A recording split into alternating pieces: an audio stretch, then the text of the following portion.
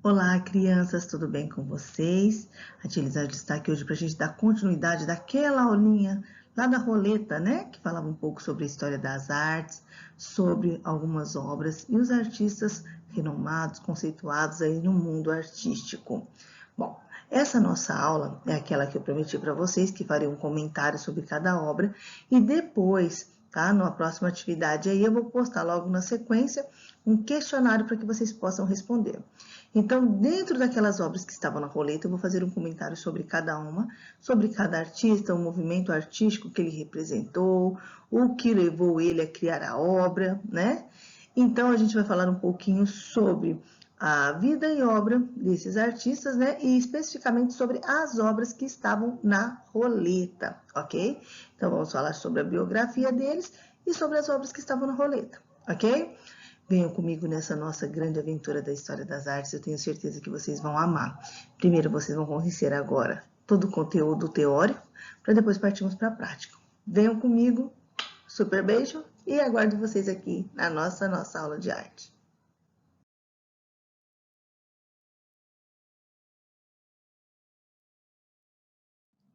História da Arte, Fundamental 1, semana de 26/4 a 30/4. Professora Elisângela, Arte. Então, estou aqui com vocês para a gente aí continuar a nossa aulinha. Vamos comigo?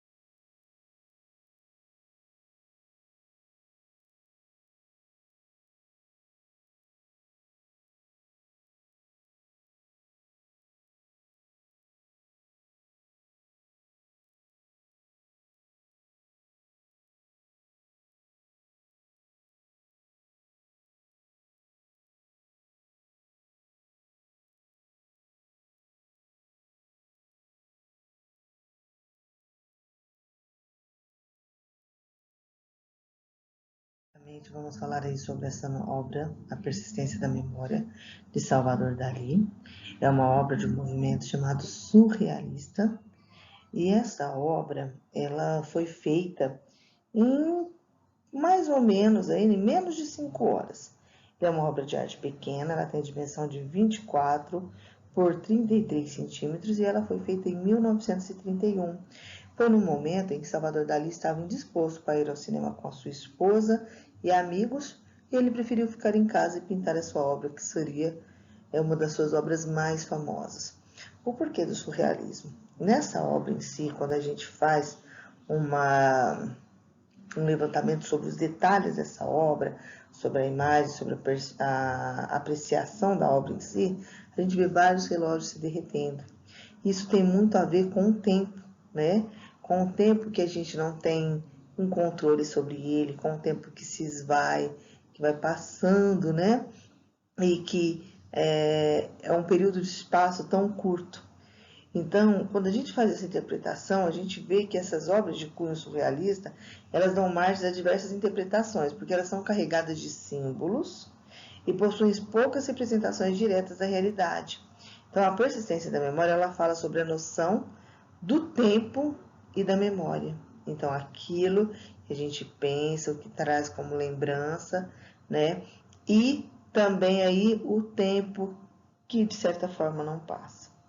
Quando a gente olha ali, tem diversas informações, né? São os relógios que se derretem, as formigas no relógio, também há aí o que ele fala, né? Uma caricatura do pintor, que é essa obra que parece um tecido deitado ali, quando a gente vê uma caricatura de Salvador Dalí deitado com o relógio derretendo, né, sobre ele.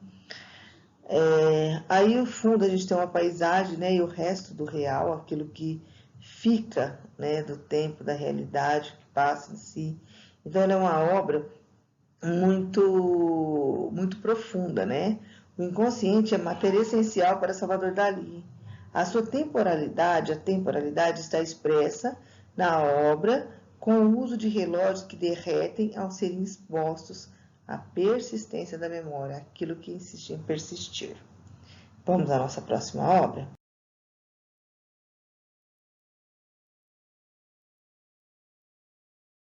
Falaremos agora aí sobre Mona Lisa, que é um clássico de Leonardo da Vinci, né? Ele é um óleo sobre madeira pintado por esse famoso pintor renascentista, né? Do período aí renascentista italiano Leonardo da Vinci, entre os anos de 1503 e 1506. As dimensões dela pequenas, 77 por 53 centímetros, e ela representa uma mulher misteriosa e, ao longo dos séculos, o retrato mais famoso da história da arte ocidental. Então, para a gente compreender aí, né, a Mona Lisa, ela pode ser chamada também como Madonna, o equivalente aí, né, no italiano, a Senhora ou Madame Lisa. Essa obra também é conhecida como Gioconda, que pode significar mulher alegre, ou a esposa de Giocondo. A obra mais icônica de Da Vinci se encontra exposta no Museu do Louvre, em Paris. Então, dentro a gente vê diversos elementos, né? O olhar, um sorriso singelo, a postura, a gente percebe que Mona Lisa está realmente posando, né? Para uma pintura. Ao fundo dessa pintura, uma paisagem que vai se distanciando cada vez mais dos nossos olhos. Ele destacou aí na sua pintura uma técnica chamada esfumato, né? Que usa-se para fazer um esfumaço nas imagens, né, que a gente vê aí tipo um sombreado. A gente vê que essa pintura ela está enquadrada, né? Se a gente for analisar ela com mais profundidade, ela tem uma estrutura piramidal, então ela tem a base das mãos e o vértice superior ao rosto. Um sorriso ambíguo, né? Mostra-se na imagem que esse sorriso, né, ele é um elemento que tem captado a atenção de quem observa, porque ele potencia diversas leituras e teorias, inspirado em textos, músicas, filmes, entre várias outras coisas. Os olhos, né, é estranho que quando o olho é tão perfeito, o olhar é tão profundo, que a gente quando olha para os olhos de Mona Lisa, nem parece uma pintura, parece um retrato. É como se ela estivesse olhando para a gente. Então, a postura, né, como ela se encontra, a paisagem ao fundo, de um lado um pouco mais alta, de outro um pouco mais baixa. Então, são muitos detalhes aí que expressam, né, dentro dessa obra de Mona Lisa. Bom, vamos partir aí para uma outra análise de uma obra também de Leonardo da Vinci, que é bem interessante.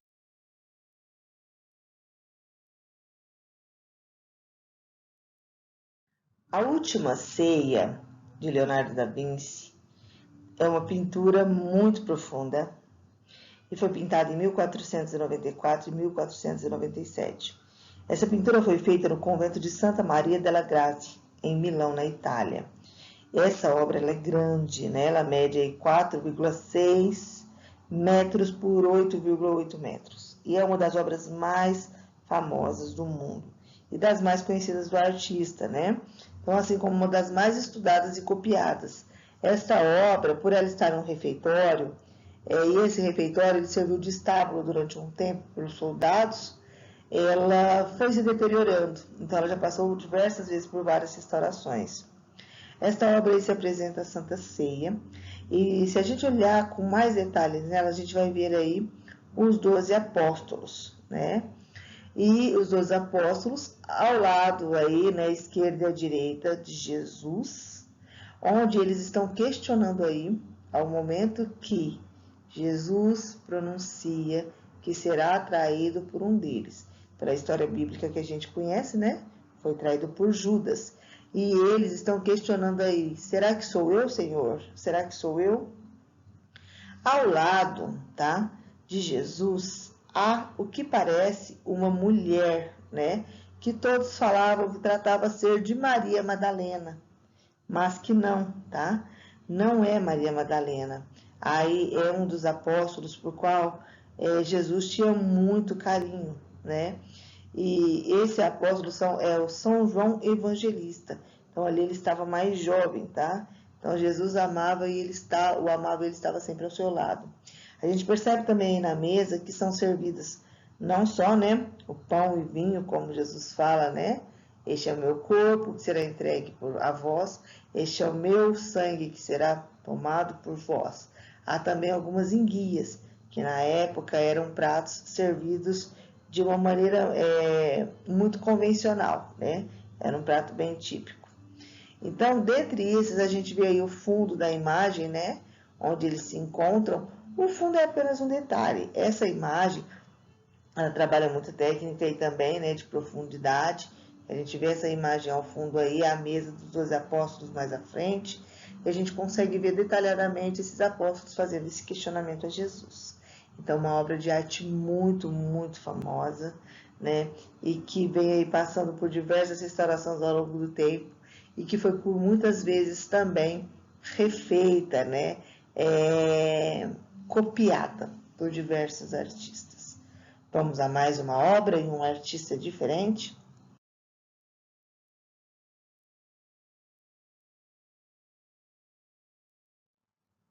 Bom, vamos comentar aí um pouquinho sobre 12 Girassóis numa Jarra, de Vincent van Gogh. 12 Girassóis numa Jarra é uma das pinturas também mais famosas, né, pintada pelo holandês, esse gênio da arte, que foi o Vincent van Gogh.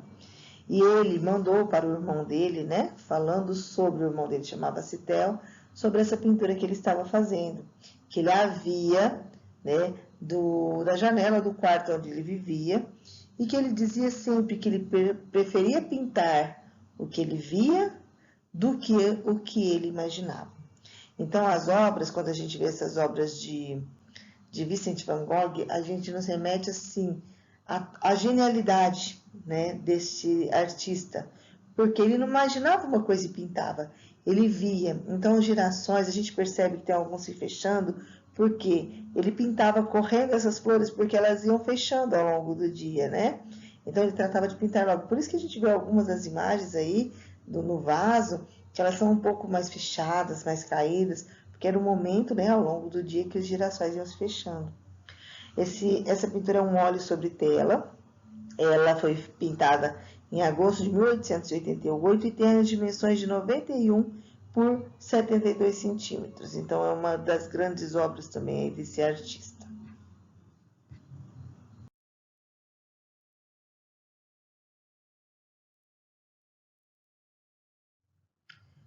O Grito é uma obra-prima do pintor norueguês chamado Edvard Munch.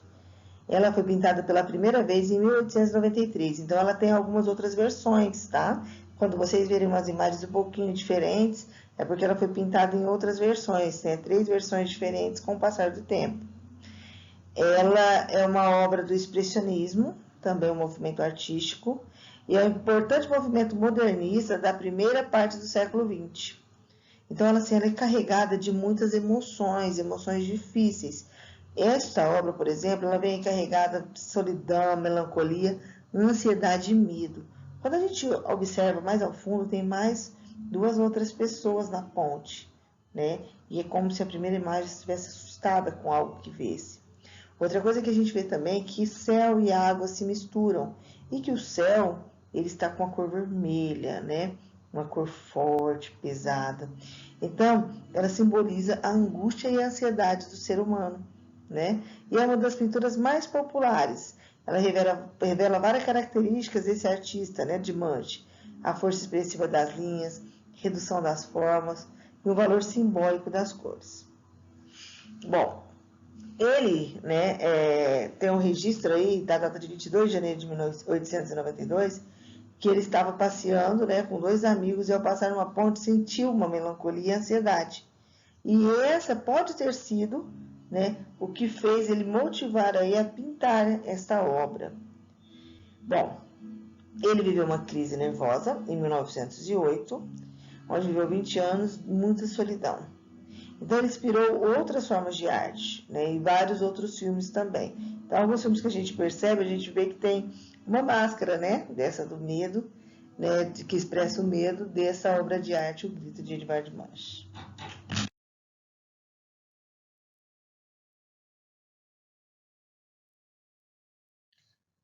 Bom, essa é uma obra, A Moça com Brinco de Pérolas, de Jonas Vermeer, um artista holandês.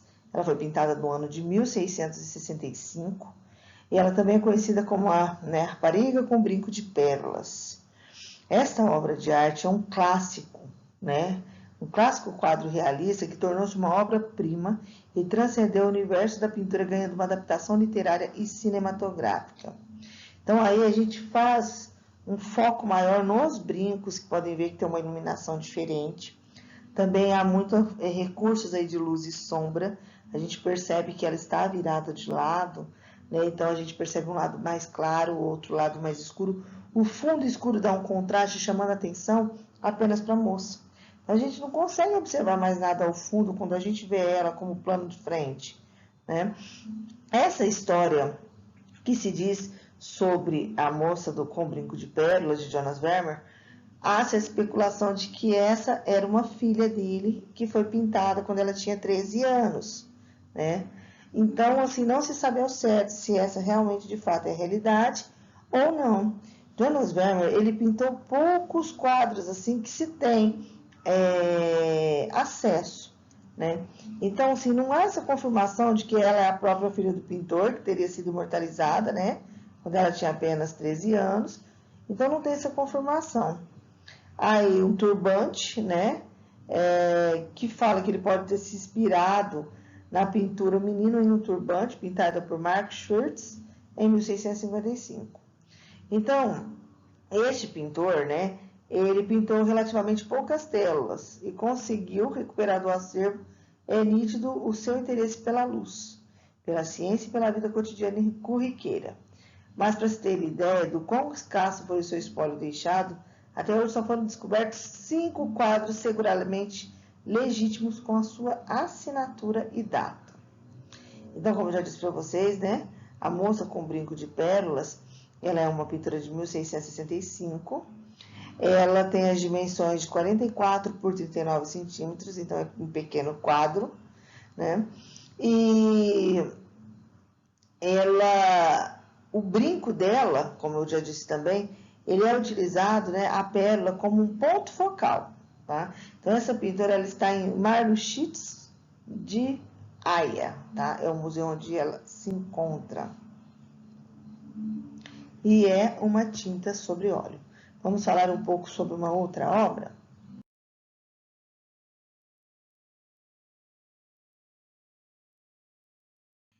Esta obra, O Mestiço de Cândido Portinari, dizendo um pouquinho sobre Cândido Portinari, que ele foi um dos maiores pintores brasileiros da história.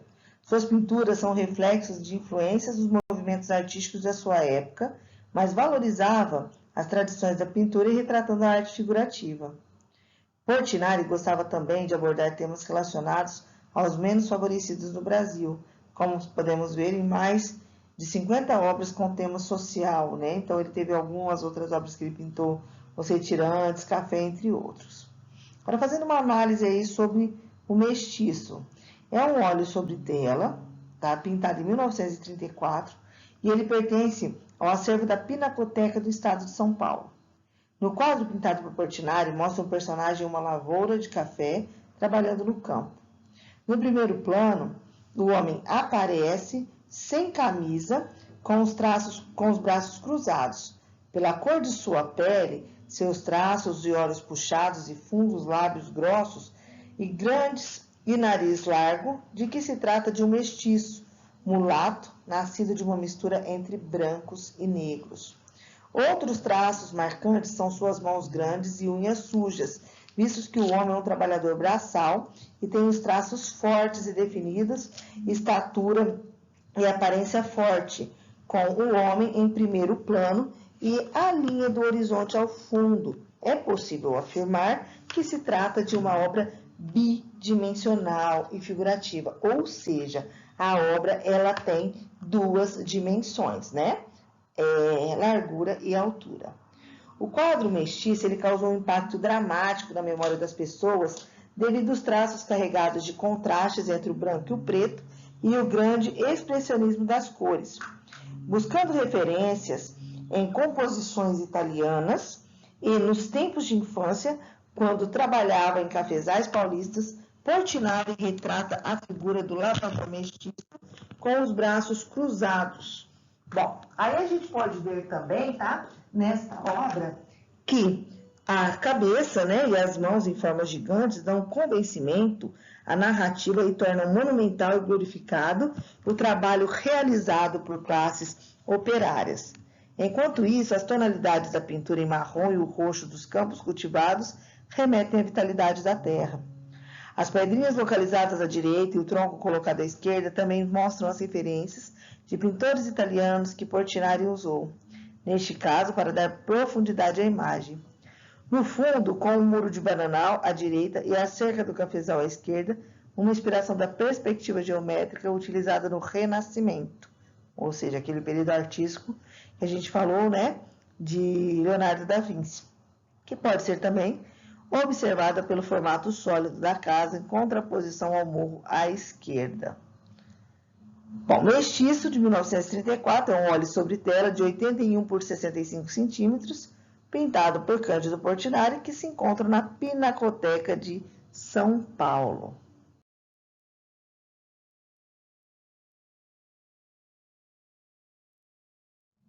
Bom, o Abaporu aí, né, a nossa última obra em análise, é a obra de Tarsila do Amaral, uma obra clássica, né, é uma clássica pintura do modernismo brasileiro e é considerada uma obra-prima da autora. A tela ela foi pintada em 1928 para ser presenteada, né, pelo aniversário de seu marido, o escritor Oswald de Andrade. Então, a gente vê aí também neste quadro a valorização do trabalho braçal.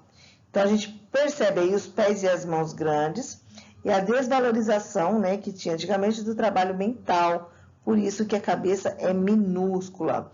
Então, a gente percebe aí uma pessoa pensativa, né? Então, eu vou fazer um pouquinho a análise mais aprofundada dessa obra. Significado de Abaporu, de Tarsila do Amaral. O nome da obra é de origem tupi-guarani e significa homem que come gente, canibal ou antropófago. É canibal ou antropófago. O título da tela é o resultado de uma junção dos termos aba, homem, para, gente, e comer.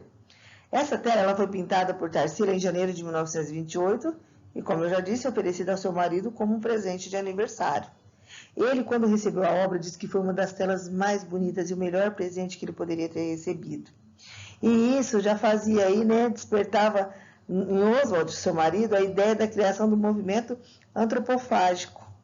O movimento que consistia na deglutição da cultura estrangeira, incorporando na realidade brasileira, para dar origem a uma nova cultura transformada, moderna e representativa da nossa cultura. Bom, então essa obra, ela marca essa fase antropofágica de Tarsila, que ocorreu em 1928, entre ali, né, e 1930. É possível identificar aí traços característicos de artistas, como escolha de cores fortes, a inclusão de temas imaginários e alteração da realidade. Na pintura a gente vê homens com grandes pés e mãos e ainda o sol e um cacto. Estes elementos podem representar o trabalho físico, que era o ofício da maior parte da população brasileira naquele período. A cabeça pequena significa a falta do pensamento crítico, que se limita a trabalhar com força, mas sem pensar muito, sendo então uma possível crítica à sociedade daquela época. O homem Abaporu, representado, transmite uma certa melancolia, pois o posicionamento da cabeça e a expressão denotam alguma tristeza ou depressão. Além disso, o pé grande também pode revelar uma forte conexão do ser humano com a terra. A técnica do gigantismo já tinha sido praticada por Tarsila em uma outra obra chamada A Negra, pintada em 1923. Se vocês quiserem saber mais, depois vocês podem pesquisar sobre essa obra também. Aí usa-se aí cores, né, faz muita alusão aí à cultura brasileira, porque a gente vê o verde, o amarelo, o azul, que são encontrados na nossa bandeira, né? São cores predominantes. O cacto, que faz referência lá à região nordestina, né? Região de secas. E o sol, que simboliza a dura rotina do trabalhador rural, né? Que eles trabalham sol a sol.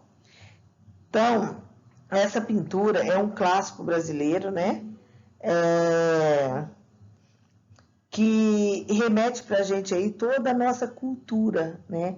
Então, a gente, quando faz a análise dessa obra, né, a gente vê assim que tem um ar aí solitário, né, um ar pensativo, a mão apoiada sobre a cabeça, uma postura corporal ali. Tanto é que eles fazem aí, né, falam que essa obra é nada mais nada menos do que uma imitação da obra do pensador de Rodin, né? Porque fala dessa semelhança, de como eles estão, do jeito que eles estão. Então, essa obra ela é bem diferenciada, ela é bem trabalhada, né? Quando a gente fala assim, o homem come gente, até assusta um pouquinho, né? Mas quando a gente faz essa análise dessa obra mais detalhada, vocês conseguem aí entender um pouco melhor sobre essa cultura artística. Bom, crianças, espero que vocês tenham gostado.